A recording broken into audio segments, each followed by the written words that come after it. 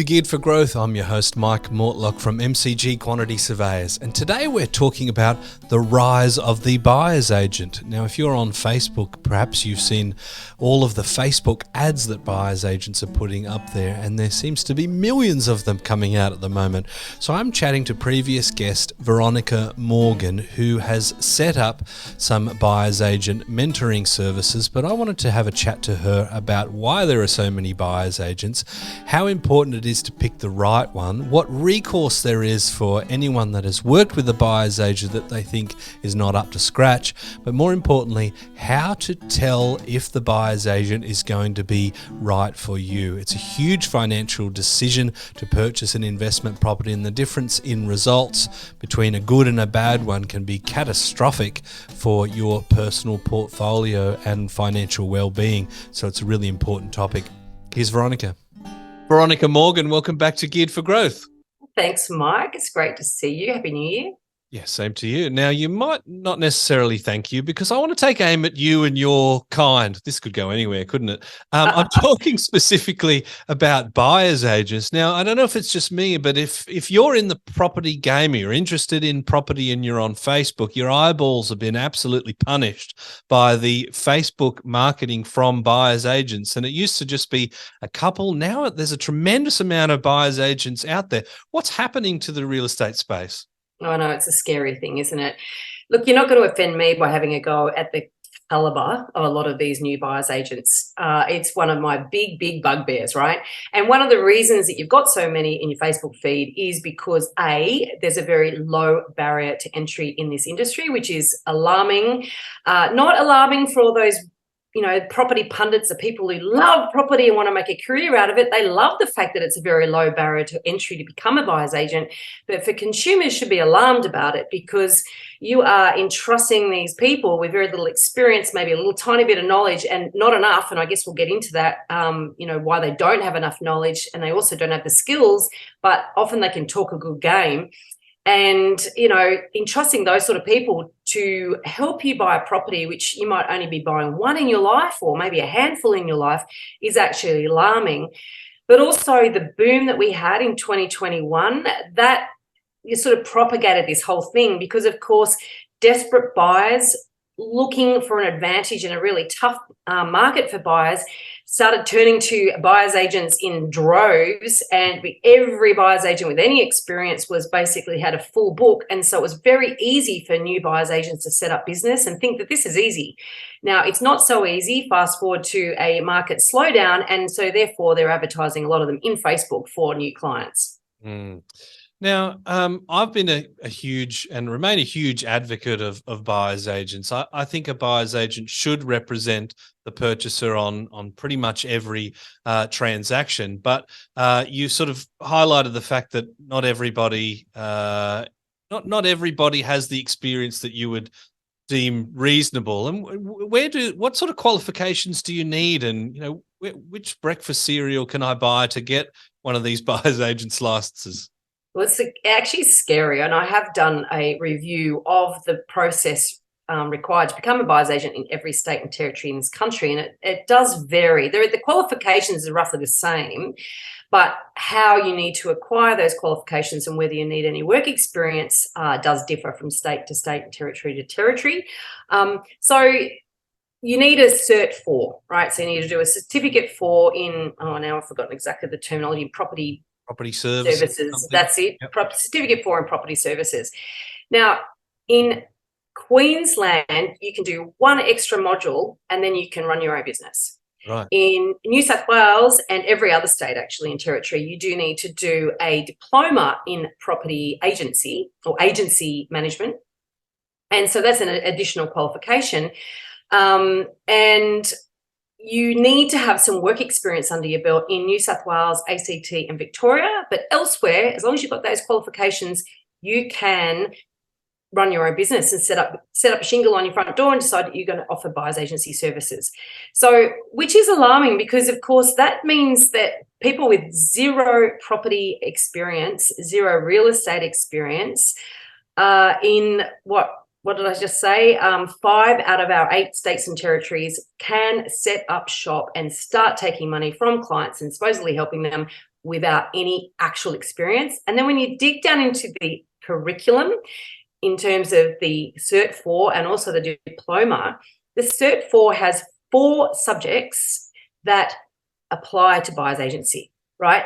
To put that into context, if you're being a sales agent, there's 12 or 16. I can't think off the top of my head how many topics are relevant to that job, right? Yep. Now, I would argue that being a buyer's agent, you need to actually know more than you do to be a sales agent, because how do you assess whether a property is a good investment or not? What are the criteria? Where do you research that? How do you back test that? How do you measure that? How do you provide guidance to your clients on that? How do you work out what due diligence is required? What's the gap between what the vendor has to disclose? And that varies from state to territory as well. How do you assess the gaps in what's provided? What else you need to know? Like, is there a zoning risk in that area? There's just so many things that can become uncovered in due diligence, and yet the due diligence isn't even a topic. Not one. Strata, buying into strata, you can only imagine the myriad of things that can go wrong if you don't do due diligence buying into a strata building. It isn't even touched on. So that's why a buyer's agent can come out fully minted. And in the diploma, there's actually not one subject that is specific to buyer's agency. So you come out fully minted in 5 out of 8 of the states and territories, can set up business, start operating under your own shingle, and you actually don't know the first thing of property analysis and how to help a buyer buy properly and avoid buying a lemon. Because these courses and these diplomas are really designed for real estate agents, not for buyers agents. They've just kind of been shoved in at the margins. And I know there are some great people like Michael Ossett in New South Wales, previous guest on the show, who's trying to advocate for buyers agents. And, you know, there's a lot of buyers agents like him and yourself that are actually crying out for more regulation, more training. You know, you want it to be harder to be a buyer's agent because that protects the consumer. Whose job is it to make sure that, say, if I'm wanting to buy an investment property, that a buyer's agent that is putting their hand up to take my money has got the experience and the expertise to do all of that stuff? Because, you know, the things like the zoning, I mean, that falls into town planning, you know, things like strata, that can fall into strata management. Is it a good investment or not? I mean, that's, you know, property economics. There's a lot of things that are a lot broader than a real estate diploma. That's exactly right. And that's the problem. It's no one's job. So the Office of Fair Trading in New South Wales, every state has its equivalent, you know, Office of Fair Trading, or governing body that looks after legislation and the licensing requirements for that state or territory. And in New South Wales, it's the Office of Fair Trading. And I actually was interviewed, I guess, by the panel that was making recommendations back in, I think, it was 2015 or 16, when they were streamlining the licensing requirements. And when I say streamlining, they simplified them. They didn't actually make them more stringent. They did put work experience in place, and they did put a few little barriers to entry. But, you know, there's ways around that too. You could actually work as an assistant in a sales office for 2 years, satisfy your 2-year work experience, still have no experience as a buyer's agent, and then go and set up shop in New South Wales, even with all that work experience, right? With the work experience barrier. So all these the licensing requirements and the work experience requirements, they still don't ensure that a buyer's agent has access to any of those skills. There's no recognition that these required.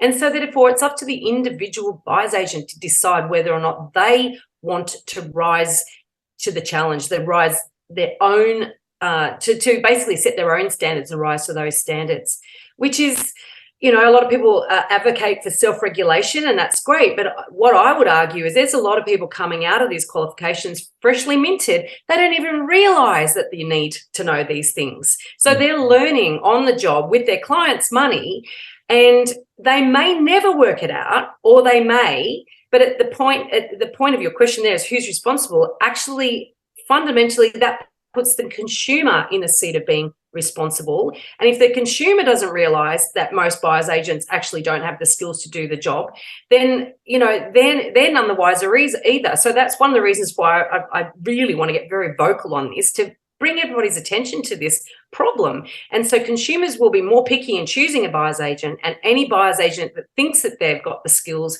might actually go back and assess, do I really know how to do this job and do it well? Yeah, that's the tricky thing, isn't it? Because I can remember being a teenager thinking, I'm a pretty clever bloke. But then I learned a little bit more and got some more life experience. And then I just learned all the things that I don't know.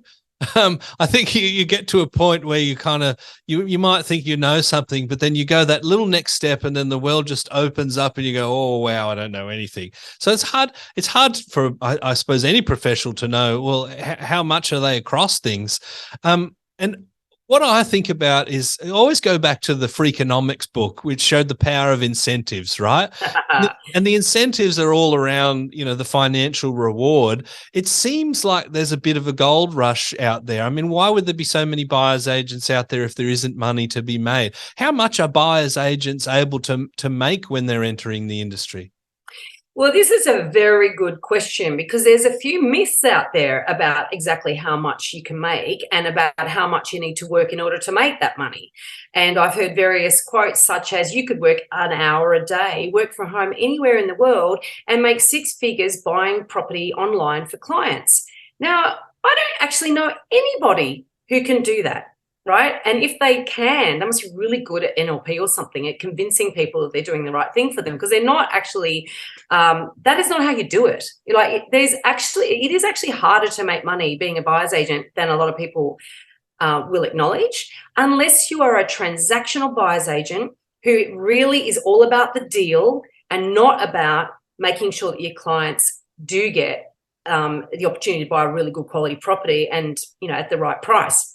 So that those buyer's agents are probably earning, multiple six figures, because they, as I said, they are transactional. They are going for volume over quantity. And so this is, I know in my business, yes, I've had that opportunity, I guess, over the years to work out, well, what do I want to do? How do I want to scale my business? And really, with buyer's agency, to scale a business fundamentally means you're going to sacrifice quality in one way or another. I've made the personal choice never to do that. And so I don't have the sort of business where, individuals in my business, they're probably, the good buyer's agents can earn sort of up to 200,000.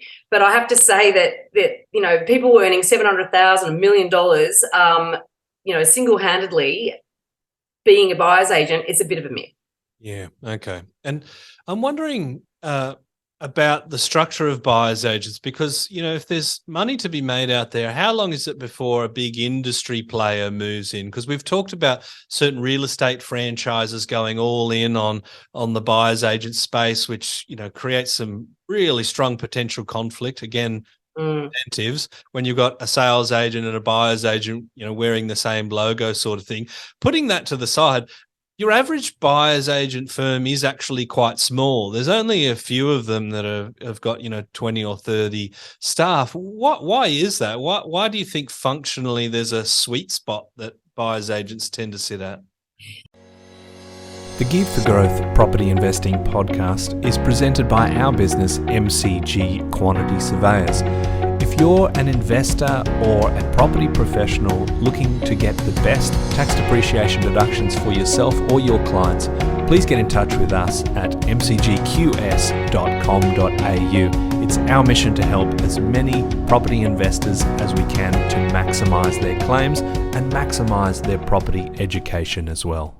It's an interesting thing. I think that part of the problem here, or part of the reason, is because the people who want to become buyer's agents tend to be this sort of entrepreneurial bunch of people, and they want to have their own business. They see this, and that's also part of low barrier to entry as well. Yeah. Low barrier to entry into the industry basically means that, you don't need a lot of cash to set up. You don't need a lot of, time. You don't need a lot of experience. You don't need a lot of qualifications. So therefore, it is attractive to people who want to see themselves as being a bit entrepreneurial and want to set up their own business.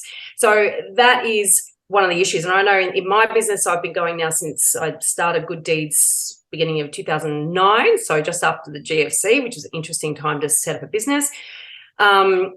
And so in that time, I've trained and developed quite a number of buyer's agents that have left to set up their own businesses with varying degrees of success, you know. And really that is about them going, oh, I could do this. Why do I share my spoils with a boss? I could get out there and do this myself. So I think that drive, that entrepreneurial drive, certainly is part of the issue here. And also, as I mentioned before, the way in which you scale a buyer's agency is quite difficult because your quality will suffer. Your quality will suffer in terms of if you have a lot of buyer's agents in one area, there's only so much really good property that ever exists that's available to buy. I like to cherry pick, so we deliberately stayed small and boutique for that reason.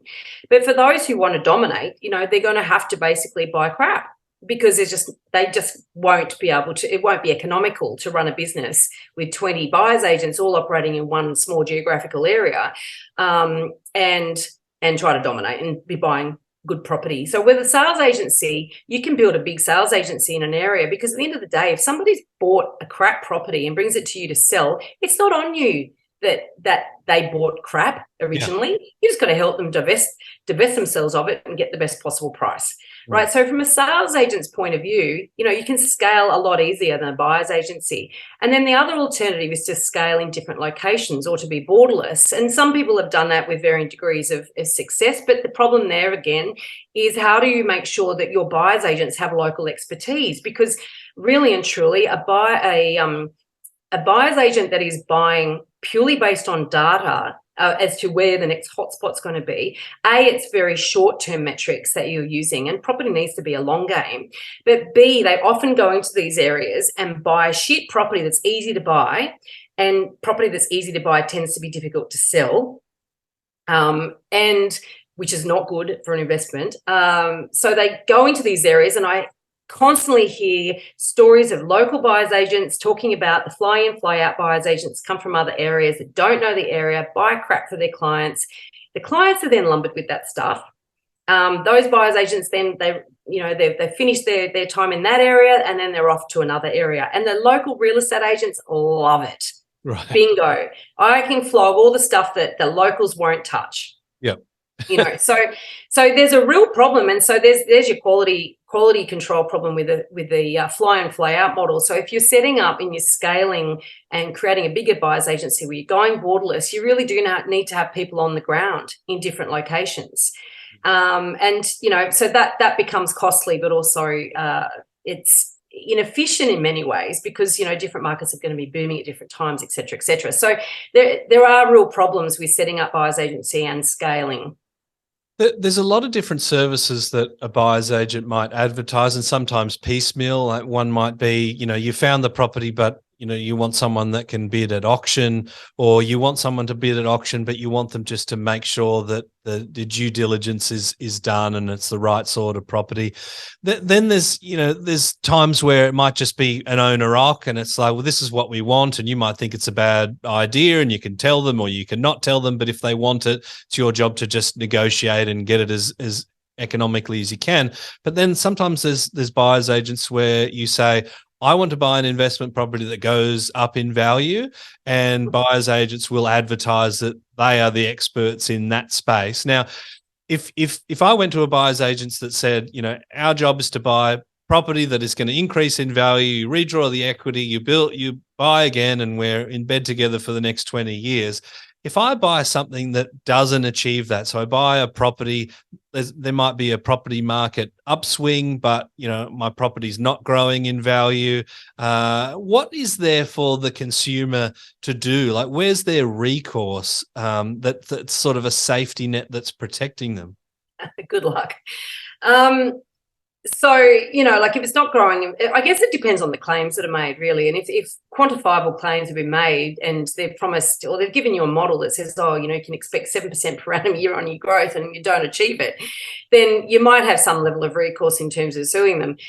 So a lot of it comes down to their insurance, but it also comes to how do you quantify that? And this is the problem, right? And I've had a good chat with an insurance broker who specialises in the real estate game, because I wanted to understand what are the risks to buyer's agents of stuffing this up. Now, I would like to think the risks are huge, right? They should be huge, because the people wearing this is not the buyer's agent themselves. It's their consumer, and they often won't know for a good 5 to 10 years down the track, in which case some of these, those fair weather buyer's agents may well have decided to go off and sell the next version of crypto and be gone by the time, there's some recourse or some knowledge or recognition that whoever their client has realized that they bought a dud asset. And I have spoken to a lot of people over the years that have been stuck with these dud assets that supposed buyer's agents have helped them with, and the buyer's agents are no longer anywhere to be found. Mm. So this is a real problem. The insurance broker that I was talking to was explaining to me that, it's a very difficult thing to prosecute. And most buyer's agents, if there is a claim against them, will settle out of court as well. So all this stuff sort of gets hidden. No one really knows. Premiums don't tend to get affected by it. And so there's very little recourse. So it's alarming, actually. It's not a good story, that one. Yeah, because I guess I'm trying to come from the side of the consumer. As I say, I'm a huge advocate for buyer's agents, but with the rapid increase in buyer's agents, it does beg the question, well, how do you find a good one, and how do you protect yourself if in good faith you think you found one but they haven't delivered? I mean, could a consumer go to a buyer's agent and say, look, I'll pay you $5,000 up front, and then after 5 years I'll give you a percentage of, the equity increase from an independent valuer? Like, what appetite has the industry got to sort of try and find those safeguards that help the consumer, or at least sort of put an exclamation point on their claims? Good. That would be so funny. Look, the problem, of course, is that there's no clear established benchmark of how you measure investment performance, right? So I will get people coming to me and saying, oh, I've done really well in property. And I go, that's great. How have you measured that? What do you mean? I made money. But how have you measured it? Have you measured it against what, other options that you had at the time?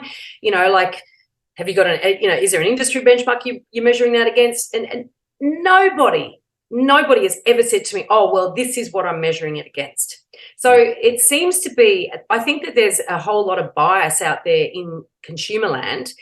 And there is a whole lot of bias out there in consumer land around, I made good decisions, and it's so expensive, such a big decision, that we actually will, retrospectively retrofit whatever reasoning we had to make it a better decision, a sounder decision in our own mind. So we might have a niggle at the back of our mind, but in terms of calming our brain down, we will, we'll justify and excuse the methodologies that we chose, or whether we chose the right buyer's agent or not. So I always sort of say to people, think about that niggle, because that niggle is probably telling you the truth that you don't really want to recognize. So in terms of the industry, I wouldn't even do it. I mean, I'd be very happy to I guess tie some ongoing subscription income to the capital growth. That would be very interesting, and attach it to how that property goes against the median for that sort of SA3 or perhaps suburb or something like that. That'd be a very interesting prospect. But at the same time, I'm not sure it's a bit like choosing to pay stamp duty or pay land tax, isn't it, for first home buyers, Yes. So that's a very interesting concept. I think from a consumer's point of view, though, and, I'm coming at this very much as a consumer advocate as well. I'm a buyer's agent, of course, and some people might say, oh, Veronica, you're just elitist and you just want to keep it elite and small so that, you can thrive in this industry. That is, I guess, in a way, I think the Office of Fair Trading views anyone like me as being self-interested in terms of my own business. But I can honestly tell you that is not where I'm coming from. Because where I'm coming from is that I get upset when I hear stories of consumers that have lost, and it could be opportunity cost or it could be a real loss. If you look at CoreLogic's quarterly pain and gain report, you will know that, a good chunk of people that sell property every quarter in this country, let's say 10% give or take a bit, will lose money. That's actually nominally, that's not including, cost of selling and buying and opportunity costs. So it's a very real risk that people carry when they buy property, that they can lose money. And so I passionately believe that consumers need to understand that, so that they have the option of making better decisions. So rather than this sort of idea that property is a really great thing to invest in, I've just got to get in a property, I've just got to get in the ladder, just got to get in there, actually apply a bit more critical thinking. So that's part of the reason I'm so agitated about this. But also from the buyer's agent point of view, new people coming into the industry, they also need the opportunity to recognise that it's not as easy as they've been told, that they need to understand the challenges of the industry, being excellent in this industry, what that takes, the benefits in learning, maybe an apprenticeship, actually learning from people who've been around a decade or so, but also potentially the value in learning from being a sales agent first, you know, and getting a depth of exposure to where people can go wrong, because sales agents know what properties are duds to sell. Yeah. You know, that's one thing a sales agent does learn: what's easy to sell, what's hard to sell. And if buyer's agents coming into the industry had a bit more of a healthy regard for the challenges and the skills that they need in order to succeed, and the consumers were more aware of the risks, then you got those two things would actually help, I guess, raise the barrier via the industry itself. Yeah. Because our regulators aren't going to do it. Yeah, that's a big problem. I mean, in a way, I'm disappointed because I was about to hand in my resignation and earn, $200,000 for a couple of hours a week work. But from the perspective of the consumer, because I know you're doing some mentoring and you have educational resources for buyers agents who are passionate about it and want to get into the career and leverage the expertise of someone like yourself. But for the poor consumer, that really probably only has a limited amount of time that they can assign to finding a buyer's agents and doing due diligence and asking the questions. What's the quickest way that you think you can discern someone who has the level of expertise that you think the industry standard should be and someone that doesn't? First thing I say, look for a local specialist. So don't look for somebody who does everything for everybody, or who will just take your brief and get you whatever you say you want. Because the thing is that a really good buyer's agent is more than just an order taker. They will advise you. They will actually question you. They'll challenge you. And if that person isn't questioning, challenging you, or testing what your long-term goals are or your assumptions in terms of what you think you need, then you've got to be thinking, well, does this person even have any critical thinking skills? Because you need to be a very good critical thinker to be good at this job. And so that's the first thing. Local specialists, the actual their initial conversations with you and the caliber of questions that they ask. Secondly, how experienced are they? Really, 2 years is not enough, right? And, look, hey, I've been doing it. I've been in the industry now for 23 years now. Sure, you may not need to have somebody with 23 years experience, but you'd certainly want them to have been through a couple of booms and busts. Yep. Not only understand how to deal with the market in a hot market or a cold market for that matter, you want them to understand the full cycle. So at least, I would say at least 5 years in reality, and even better, 7 to 10. So you want them to be experienced. So first thing, local knowledge. Second thing, the questions they ask you. Third thing, the length of their experience. And fourthly, what you want to be checking with them is, what is your evaluation process? What is your due diligence process? What sort of properties would you say no to? What would you recommend I don't buy? Yep. Because what you don't buy is way more important than what you do buy. And what you do buy obviously is very important, but what is rejected, the fish that John West rejects. You want to understand, once again, it's their critical thinking. How are they applying their knowledge and experience so that you won't be left carrying the can 10 years down the track, realizing that you've actually got yourself a dud property? And those sorts of questioning and going through that sort of lens is really very, very critical for people looking to use a buyer's agent. Be very careful of lots of data packaged up beautifully that makes you think that is, the holy grail. Because the problem is that buying property is art and science. So the science only gets you so far. If they don't have the experience and the local knowledge and that desire to do the proper due diligence, then the art has failed, and the art is really where the money is. And I'll give you an analogy. It's a bit like the other day, I was sitting in a cafe with my daughter. She looks out the window and it's raining, and she looks at the weather app on her phone and says, "It can't be raining. The app says it's not." Now, that is sort of, for me, the equivalent of using a buyer's agent that focuses on this data, but doesn't pay attention to what's happening in the marketplace. Yeah, I think that's some amazing advice, and people really want to get it right, because the difference between a good property investment result and a bad one, could be the difference between whether you can grow your portfolio anymore, or whether you can achieve any of your goals, or whether you have to sell it for a loss. So it's something that I'm passionate about, and I'm glad to hear we've got that in common. Veronica, thanks very much for coming back on the show. It's my absolute pleasure. Can I say how people can find out about the mentoring program if they're interested? Yeah, absolutely. Yeah. So look, everything I'm doing is actually, you can find out all the different things I've got my fingers into. I've written a book, I've got podcasts, a whole palaver on veronicamorgan.com.au. It's as simple as going to that website. There's a button for mentoring, and if you want to find out more about it, click away. Beautiful. There you go. And Auction Ready, that's the book, right? Yes. I don't think I've got a copy of that yet. Oh, look, I'll send you one. And you know what? If any of your listeners want to pick up a copy of Auction Ready, How to Buy Property at Auction, Even Though You're Scared Shitless, and yes, I'm a potty mouth, I'm happy to give them a 30% discount and free postage. All they have to do is the code, what should we do? Mike. M-I-K-E.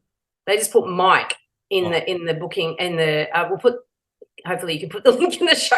Actually, go to veronicamorgan.com.au. You can click on book, and you can do it that way. Put in Mike and you get 30% off. How's that? Well, we'll leave you to scurry away and set up that code before. I better give you the code. Thanks, Veronica. It's always a pleasure. My pleasure. Thank you so much. Cheers.